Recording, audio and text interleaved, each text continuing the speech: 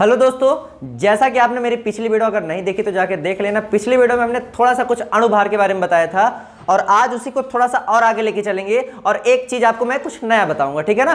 तो चलिए वीडियो को शुरू करते हैं। मैं अंकुर शुक्ला आपका स्वागत करता हूं। तो पिछली वीडियो में जैसे कि हमने अणुभार निकालना सीखा था, एक अणुभार यहाँ पे निकालते भी हैं, उसके बाद आगे चलते हैं, ठीक है ना। जैसे कि एक है H2SO4 सल्फ्यूरिक का। आप सब लोग जानते हो कि सल्फ्यूरिक एसिड क्या होता है, सल्फ्यूरिक एसिड का फॉर्मूला क्या होता है, तो सामने आपके लिखा है। तो अगर इसका मैं अणुभार निकालना हूं तो आप अणुभार इसका कैसे निकालेंगे। हम जानते हैं कि हाइड्रोजन का एक होता है, 2 हाइड्रोजन, कितना हो जाएगा 2। सल्फर का कितना होता है 16, परमाणु क्रमांक 16 दूनी 32, और प्लस ऑक्सीजन का कितना होता है 1, परमाणु क्रमांक 8, और अणुभार कितना 16, और 4 ऑक्सीजन है तो 16 चौको 64, 64 32 और 2 को जब जोड़ेंगे तो हमारा आंसर कितना आ जाएगा 98 आ जाएगा, ठीक है ना। तो अणुभार निकालना आई होप आप लोग को समझ में आ गया होगा। नहीं भी आया होगा तो मुझे बताइए, मैं उसको और अच्छे से समझाने का प्रयास करूंगा, ठीक है ना। तो चलो थोड़ा सा और आगे इसको लेके चलते हैं। जब आप अणुभार अच्छे से सीख जाओगे तो इसमें एक चीज आपको और देखने को मिलेगी जिसको हम लोग कहते हैं मोलों की संख्या। किसी भी विलेय या किसी भी पदार्थ में मोल कितने उपस्थित है, कितने मोल उपस्थित हैं, अगर उस मोलों की संख्या निकालना हो तो उसको निकालने का जो फार्मूला आपको दिया जाता है, उसी जिसका निकालना हो उसका कुछ ना कुछ आपको भार दिया होगा। जैसे कि मान लो आपको कोई पदार्थ है विलेय और आपको निकालना है विलेय के मोलों की संख्या, तो आपको क्या लिखना है, विलेय का दिया हुआ भार बटे नीचे उसी का अणुभार। अब तुमने कहा सर समझ में नहीं आया, कुछ थोड़ा सा एक आध सवाल से बताइए।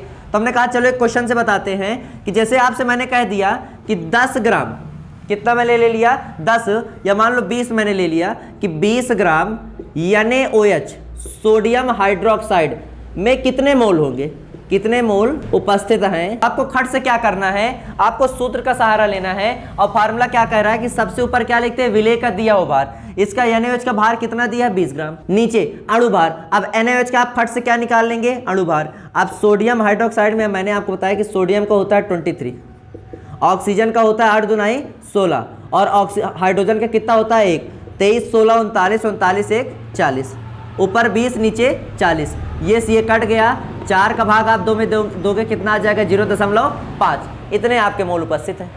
मतलब एक छोटा सा सवाल हमने लगाया।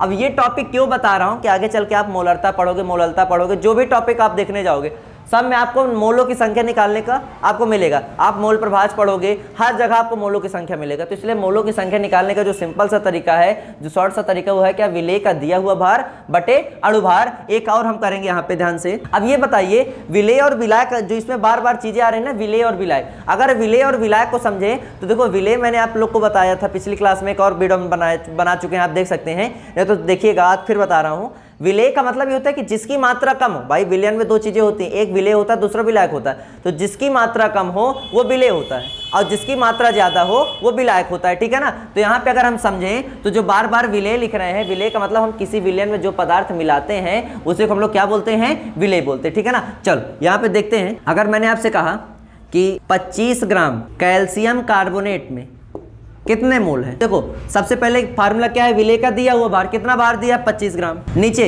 इसका अणुभार निकालने जाओगे तो कैल्शियम का अणुभार कितना होता है 20 दूनाई 40, भाई परमाणु क्रमांक 20, 20 दूनाई 40, कार्बन का 6 दूनी 12, ऑक्सीजन का 1 का होता है 16 और 16 तिया 48, 48 12 60 और 60 40 100। अब ऊपर 25 नीचे 100, 2 जीरो ऊपर 2 अंक के बाद दशमलव लग जाएगा, कितने मोल आ जाएंगे 0.25। तो ये जो नंबर आप मोल्स हैं, ये जो मोलों की संख्या है, आपको हर जगह बारी बारी मिलेंगी। इसलिए इस कॉन्सेप्ट को अच्छे से समझ लेना। मेरी कोशिश है कि छोटी छोटी वीडियो बना करके एक एक टॉपिक को आपका क्लियर करना। आई होप आज की वीडियो में आपको ये समझ में आया होगा। मिलते हैं एक नेक्स्ट वीडियो में, तब तक के लिए जय हिंद, जय Bharat, thank you, have a nice day.